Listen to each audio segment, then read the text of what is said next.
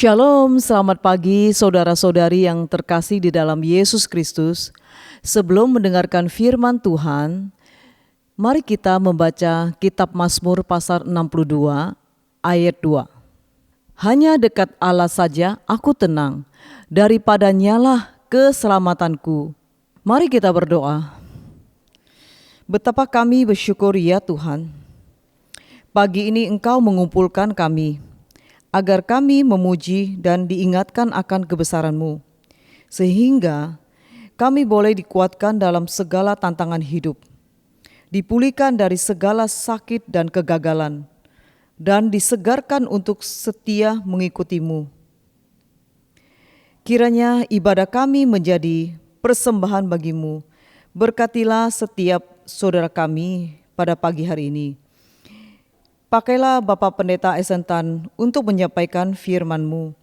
Inilah doa kami yang kami minta dalam nama Yesus Kristus. Amin.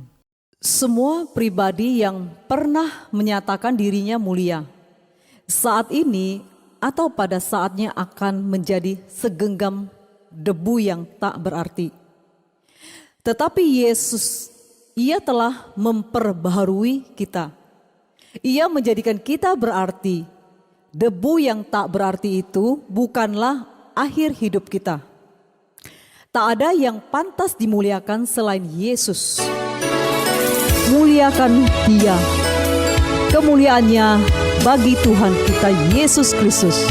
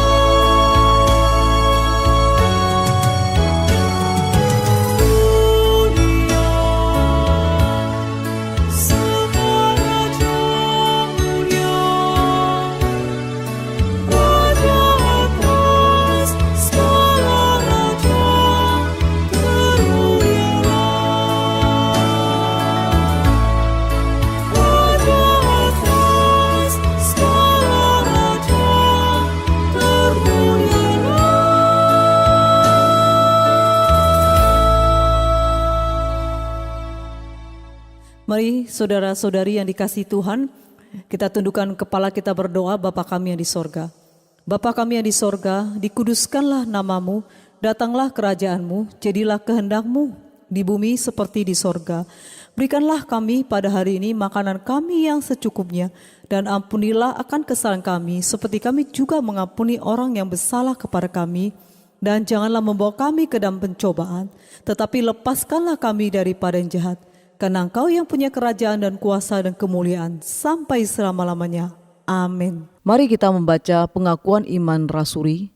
Aku percaya kepada Allah, Bapa yang Maha Kuasa, Kalib langit dan bumi, dan kepada Yesus Kristus anaknya yang tunggal Tuhan kita, yang dikandung dari Roh Kudus, lahir dari anak darah Maria, yang menderita sengsara di bawah pemerintahan Pontius Pilatus, disalibkan, mati dan dikuburkan, turun ke dalam kerajaan maut.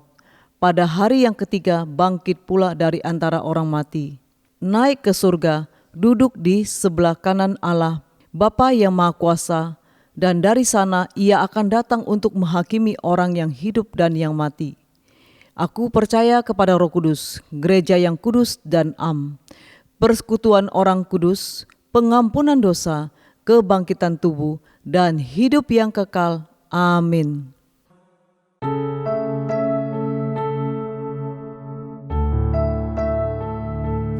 Salam, selamat pagi saudara-saudara kasih Tuhan. Pada minggu ini kita akan kembali untuk mendengar sabda firman Tuhan. Mari kita berdoa. Bapa kami surga, terima kasih atas kuasa Roh Kudus yang pimpin kami. Pada pagi ini, Tuhan Yesus buka hati kami dan pikiran kami untuk kami dapat mengerti setiap firman Tuhan yang kami dengar. Sehingga kuasa Tuhan menyertai hamba-Mu dan bibir hamba Tuhan pakai untuk menyampaikan setiap kebenaran-Mu sesuai kehendak-Mu. Berfirmanlah kepada kami siap untuk mendengar, kami berdoa di dalam nama Tuhan Yesus Kristus. Amin. Saudara kasih Tuhan, pada minggu pagi ini tema kita, kamu kuat karena Tuhan. Saudara kasih Tuhan, marilah kita baca firman Tuhan di dalam surat Paulus, yaitu Efesus pasal 6 ayat 10. Ayat 10, akhirnya hendaklah kamu kuat di dalam Tuhan, di dalam kekuatan kuasa-Nya. Saudara kasih Tuhan, hendaklah kita mau dan bersedia menerima berkat dari surga. Bukan sekedar berkat materi. Nah saudara kasih Tuhan, berkat apa yang Tuhan sediakan bagi kita pada hari ini? Di dalam surah Efesus itu menekankan, akhirnya hendaklah kamu kuat di dalam Tuhan, di dalam kekuatan kuasa-Nya. Saudara kasih Tuhan, perhatikan baik-baik. Berkat yang datang dari surga, yaitu kekuatan di dalam Tuhan, menjadi kita sebagai anak-anak Tuhan dalam hidup dalam kemenangan, dalam menghadapi banyak tantangan dalam hidup ini. Apalagi tahun depan kita akan menghadapi berkaitan dengan pemilu. Tentu banyak tantangan para caleg-caleg untuk berjuang untuk mendapat suara. Begitu juga pada tahun ini menghadapi kesulitan resesi ekonomi yang begitu global. Tentu banyak tantangan yang kita hadapi. Apalagi kondisi-kondisi pada akhir ini usaha sangat-sangat sepi. Begitu juga sosial, antara interaksi kita dengan orang. Dan begitu juga kesehatan kita yang belakang ini banyak sekali menghadapi penyakit-penyakit yang aneh-aneh. Begitu juga rumah tangga, pernikahan yang terjadi, mereka kececokan yang luar biasa sehingga menjadi perceraian. Nah begitu juga rumah tangga bagaimana dengan hubungan antara orang tua dengan anak-anak dan kesejahteraan rumah tangga. Dengan situasi inilah banyak tantangan yang kita hadapi. Nah saudara kasih Tuhan, perhatikan baik-baik. Kita harus kuat untuk menghadapi semua ini. Kita harus kuat untuk menghadapi semua tantangan-tantangan ini. Pertanyaannya adalah bagaimana kita beroleh kekuatan dan kuasa Tuhan. Nah saudara kasih Tuhan, dengan mengenakan seluruh perangkap senjata yang dituliskan Rasul Paulus, kita harus bersikap, bertahan, dan menyerang, menghadapi iblis-iblis dengan segera tipu muslihatnya. Nah saudara kasih Tuhan, Alkitab memberikan contoh sikap yang baik untuk memperoleh kekuatan di dalam Tuhan. Di mana firman itu ada di dalam kitab Perjanjian Lama, yaitu Yosua pasal 5 ayat 13 sampai 15. Ayat 13. Ketika Yosua dekat Yeriko, ia melayangkan pandangannya. Dilihatlah seorang laki-laki berdiri di depannya dengan pedang terhunus di tangannya. Yosua mendekatinya dan bertanya kepadanya, kawankah engkau atau lawan? Ayat 14 jawabnya, bukan, tetapi akulah panglima bara tentara Tuhan. Sekarang aku datang. Lalu sujudlah Yosua dengan mukanya ke tanah, menyembah dan berkata kepadanya, apakah yang akan dikatakan Tuanku kepada hambanya ini? Ayat 15, Dan panglima bala tentara Tuhan itu berkata kepada Yosua, tanggalkanlah kasutmu dari kakimu, sebab tempat engkau berdiri itu kudus. Dan Yosua berbuat demikian. Saudara kasih Tuhan, bagaimana dengan sikap kita agar kita kuat di dalam Tuhan? Yang kita baca firman-Nya di dalam kitab Yosua pasal 5 ayat 13 sampai 15. Yang pertama, rendahkan hati. Yosua begitu hormat terhadap panglima bala tentara Tuhan. Bahkan ia merendahkan diri sujud menyembahnya. Kalau kita mau merendahkan diri kita akan menerima firman Tuhan. Dan kita mengaminkan firman Tuhan. Maka kita akan kuat di dalam Tuhan. Sebaliknya jika kita merasa mampu dan kuat dan pandai, kemudian kita tidak membutuhkan firman Tuhan, kita mengabaikan kehadiran Tuhan, kita sendiri yang rugi, saudara kasih Tuhan. Kita sangat membutuhkan pedang roh. Itulah firman Tuhan. Untuk kita menghadapi kondisi dunia yang begitu kuat dan terpengaruh. Apalagi dengan media-media sosial yang begitu kuat. Dengan netizen-netizen yang begitu kuat. Saudara tahu, hidup ini sekarang ini, di dunia ini, yang paling kuat adalah netizen. Yang membuat orang itu diberkati, yang membuat orang itu jatuh karena netizen. Tetapi itu dunia. Yang lebih kuat daripada dunia adalah Tuhan kita Yesus Kristus. Seperti kuatnya kota Yeriko, di mana di dalam terdapat banyak kejahatan, banyak kenajisan. Allah memakai Yosua untuk menghadapi Yeriko. Dan kekuatannya terletak pada sikap kerendah hati pada Yosua. Yosua tidak dengan kekuatan menghadapi Yeriko. Yosua merendahkan hati pada panglima bala tentaranya. Itulah sikap.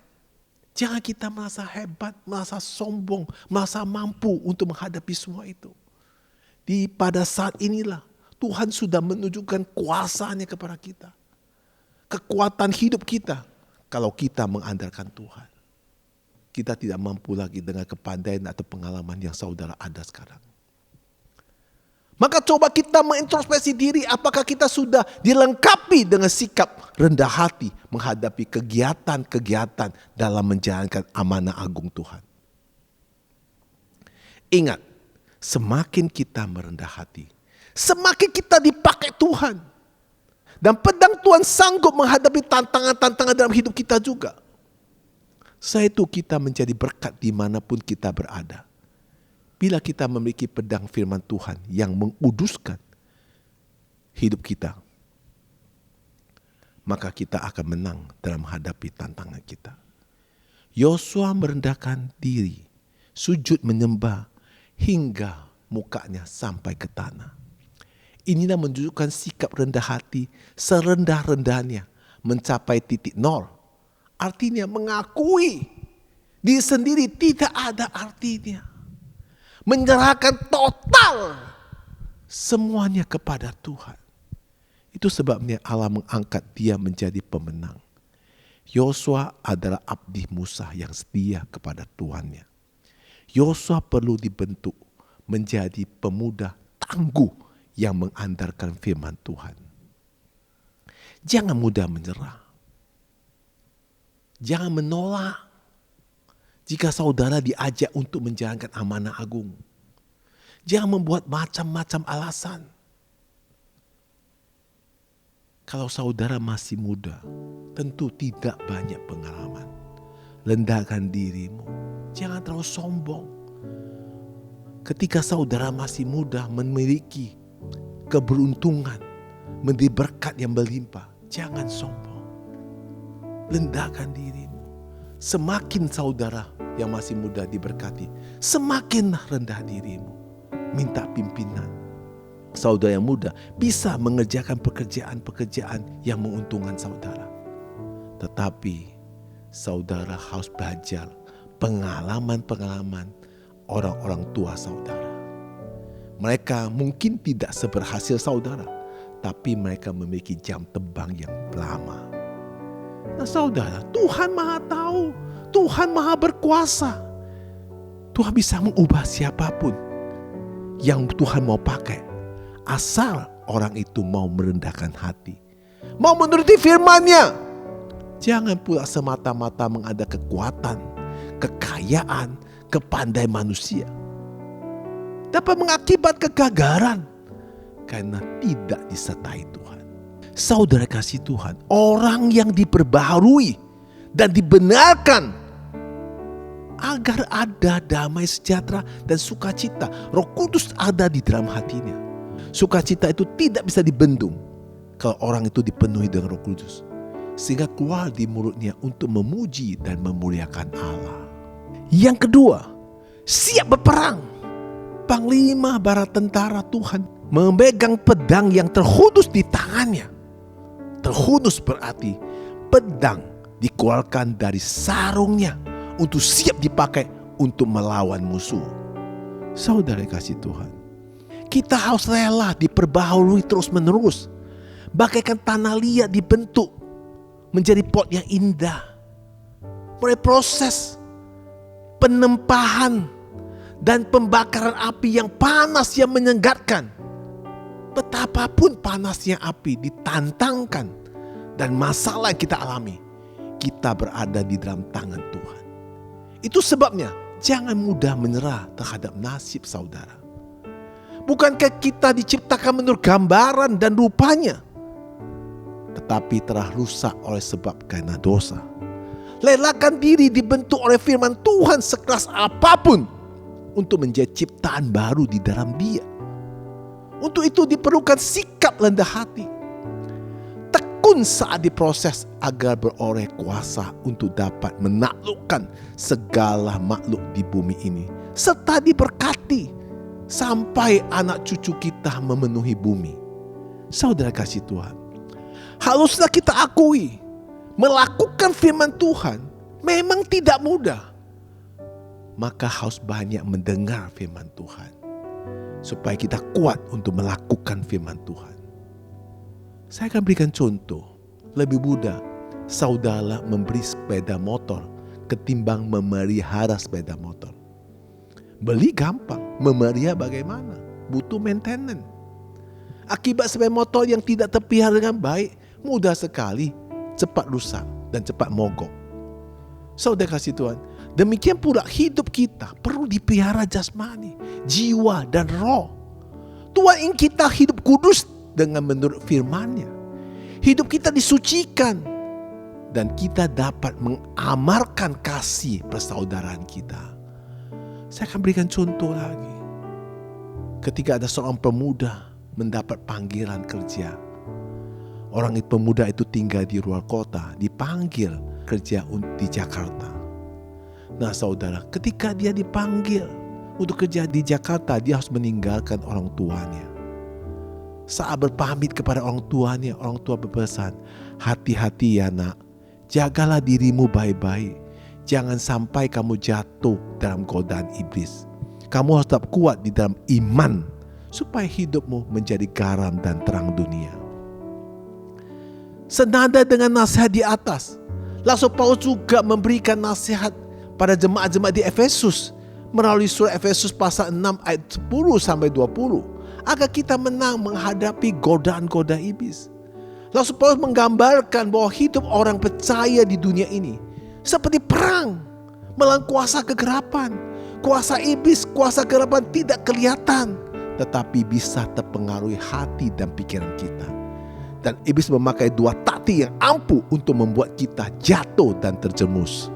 Yang pertama adalah memakai tipu muslihat untuk membujuk manusia supaya berkompromi dengan dosa. Pelan-pelan manusia itu akan mati. Memanipulasi keadaan sehingga kita seseorang yang tidak berhati-hati.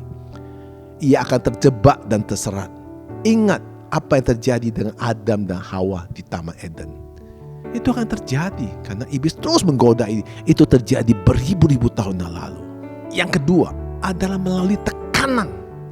Iblis memang tidak maha kuasa, tetapi ia cukup mampu untuk menciptakan situasi tertentu yang menyudutkan orang percaya, membuat orang percaya tertekan, menderita hidupnya, sehingga akhirnya mereka meninggalkan Tuhan dan meninggalkan semua perintah-perintahnya, hidup dalam duniawi. Paulus memberikan strategi ampuh supaya kita menang melawan serangan iblis itu. Apa strateginya? Yang pertama adalah mengandalkan Tuhan atau bersandar penuh kepada Tuhan. Ini dinyatakan Rasul Paulus pada jemaat Efesus di pasal 6 ayat 10. Hendaklah kamu kuat di dalam Tuhan, di dalam kekuatan kuasanya. Apakah dengan mengandalkan Tuhan kita akan menang melawan iblis? Pasti, karena Tuhan yang maha kuasa. Kuasa Tuhan jauh lebih besar dibanding kuasa iblis. Iblis hanya bisa ditaklukkan oleh kuasa Tuhan. Strategi kedua ini memang mengandalkan perangkap senjata Allah, yang salah satu adalah berikat pinggang kebenaran. Itu artinya kita tetap bertahan hidup dalam kebenaran seturut kehendak Allah. Orang yang tetap memegang teguh dengan kebenaran dalam Tuhan, maka ia tidak akan mudah tergoda dan jatuh oleh tipu muslihat iblis. Jangan kamu meremehkan iblis. Jika kamu meremehkan, kita pasti kalah. Tapi juga jangan terlalu takut. Andalkan Tuhan, kuasanya pasti akan lebih kuat dan kita akan jadi pemenang. Mari kita terus berjuang, karena kekuatan kita datang dari Tuhan. Kekuatan kita bukan dari kepandaian kita. Kekuatan kita semua Tuhan yang beri. Mari terus andalkan Tuhan agar hidup kita bisa menjadi pemenang, bisa menghadapi situasi keadaan kita sekarang ini, bisa memenangkan semua perombahan-perombahan di dalam dunia ini. Kira Tuhan Yesus memberkati saudara. Mari kita berdoa. Terima kasih Tuhan, Engkaulah yang punya kuasa di dalam alam semesta ini. Kira Tuhan kuatkan kami, supaya kami tidak jatuh dengan godaan-godaan dan percobaan-percobaan di dalam hidup di dalam dunia ini. Kuatkan iman kita, tetap teguh. Dan senjata kita adalah firman Tuhan. Renungkan firman Tuhan setiap siang dan malam. Dan Roh Kudus selalu pimpin kita, supaya kita kuat untuk menjalankan amanah agung Tuhan. Sehingga apa yang kita kerjakan, Tuhan yang menyertai. Sehingga kita hidup dalam dunia ini menjadi pemenang. Dan apa yang kita kerjakan semua berhasil. Di dalam nama Yesus kami berdoa. Amin. Saudara-saudara kasih Tuhan, kamu harus kuat. Kalau kamu mau kuat, itulah Tuhanlah yang menguatkan kamu. Renungkan firman Tuhan.